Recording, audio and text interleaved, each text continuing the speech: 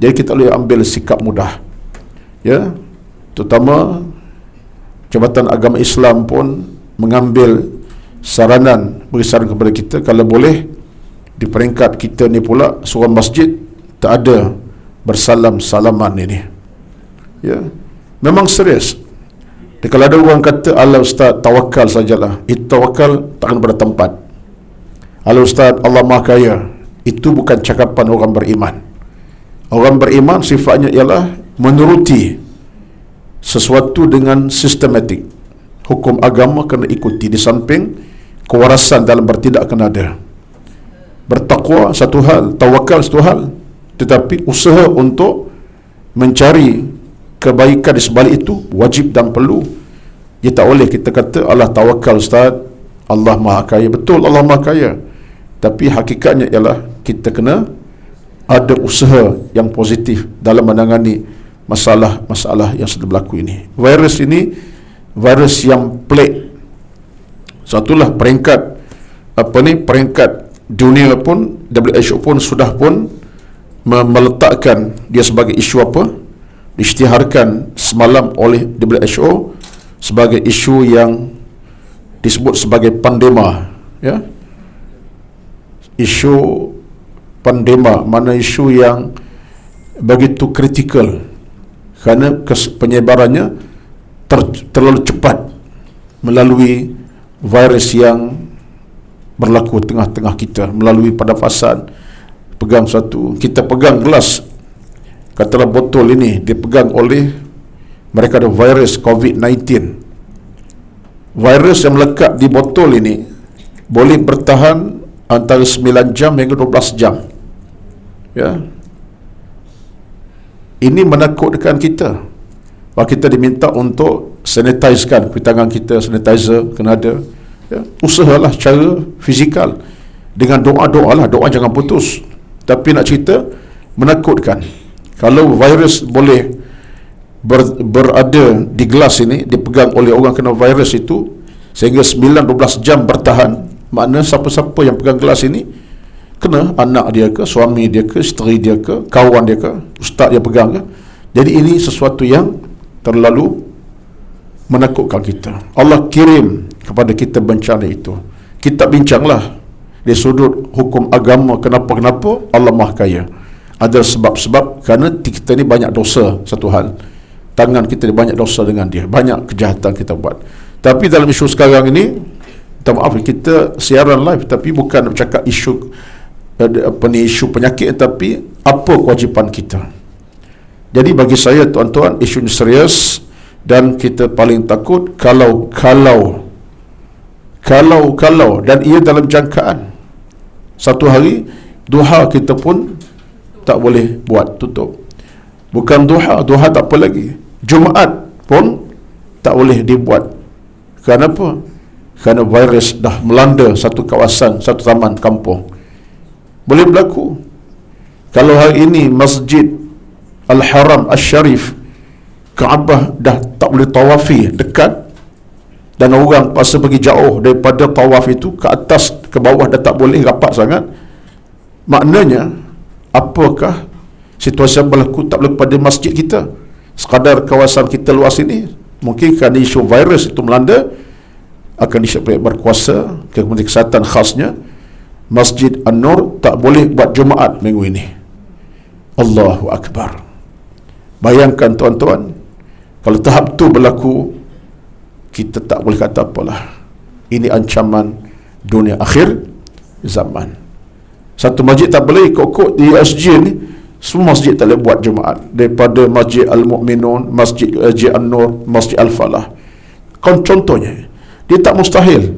Bila benda tu datang secara begitu rupa, tidak mustahil. Sebab itulah kita kena ambil cakna sebagai orang Islam, di samping faktor kesihatan kita jaga melalui tangan yang bersih sentiasa, tak bersin cara terbuka, kalau batuk tak batuk terbuka, dan kalau kita ada rasa demam yang tak berapa selesa, tak payah datang ke masjid walaupun berjemaah. Ini hukum. Sebab kemudaratan kita kena halang daripada berluasa. Tak boleh duk kekeh di masjid sehingga mencemarkan suasana orang ramai. Tak boleh. Jadi baik kita tak datang. Maknanya ini adalah sesuatu yang tidak kecil makna kepada kita. Di Saudi sekarang ini, Arab Saudi sekarang ni, sampai hari ini, sekolah ditutup, universiti ditutup. Tak ke semua, tapi sebahagian besar tutup sekarang ni. Di Riyadh, di Taif, tutup di sekolah universiti ni. Dalam seminggu dah tak boleh diadakan pengajian pembelajaran daripada rumah.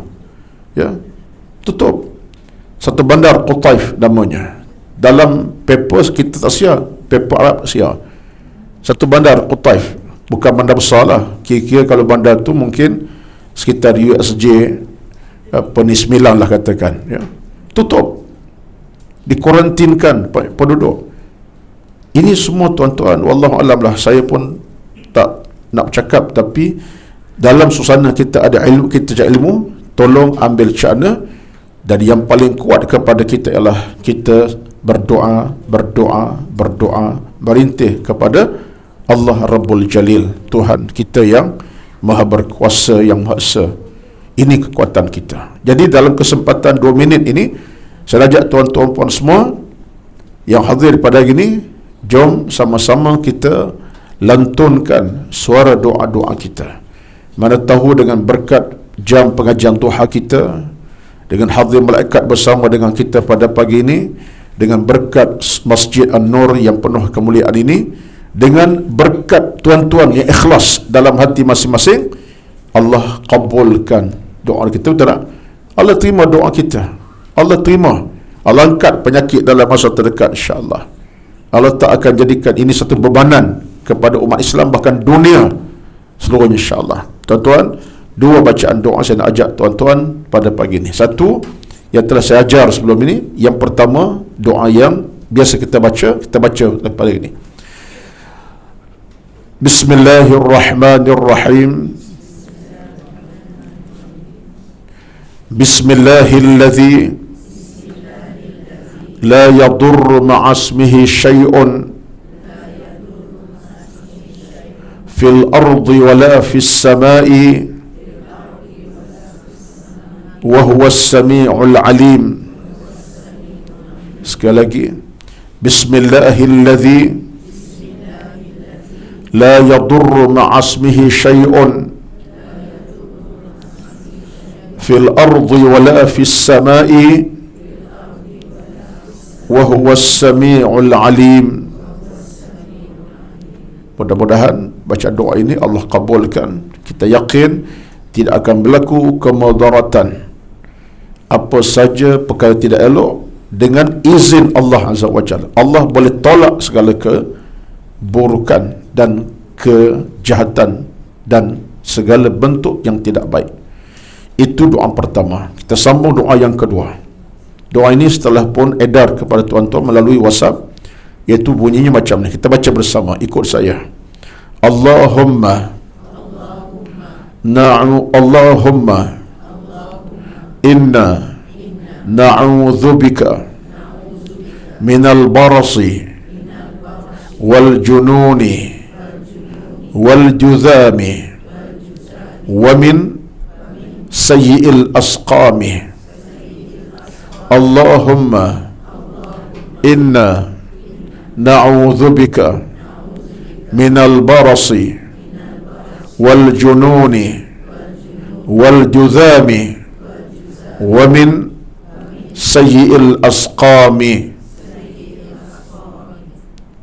Doa ini telah pun saya sebut sebelum ini. Maknanya ringkas, ya Allah, sungguhnya kami mohon berlindung denganmu minal barasi, dari penyakit sopak, wal junun, penyakit gila, wal juzami, penyakit kusta, wa min, dan daripada sayyi'il asqami, semua penyakit yang mengerikan, yang menakutkan, yang mendebarkan hati-hati kami.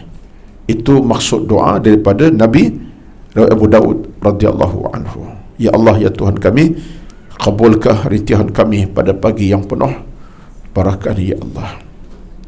Dan saya nak syorkan mengambil saranan daripada pihak Jabatan Agama Islam JAIS, pihak negeri, salam-salam ini kita tak perlulah, tak apalah, angkat tangan letak di dada dengan senyuman, kita dapat pahala. Ini bukan menolak. Sebab tadi orang hantar saya semalam tanya, Ustaz, tak nak salam ni, kita seolah menolak satu rezeki agama, iaitu salam. Kan Nabi anjur, betul, musafah itu satu ajuran agama, kerana salam ini Nabi ajar, tetapi kemudaratan besar daripada salam. Kalau orang tu ada penyakit virus tangannya, dia akan merebak. Jadi kita menjaga kemudaratan, kemaslahatan. Jadi ini bukan tolak daripada hukum, ya, tapi demi untuk keselamatan bersama. Jadi tak ada isu lah.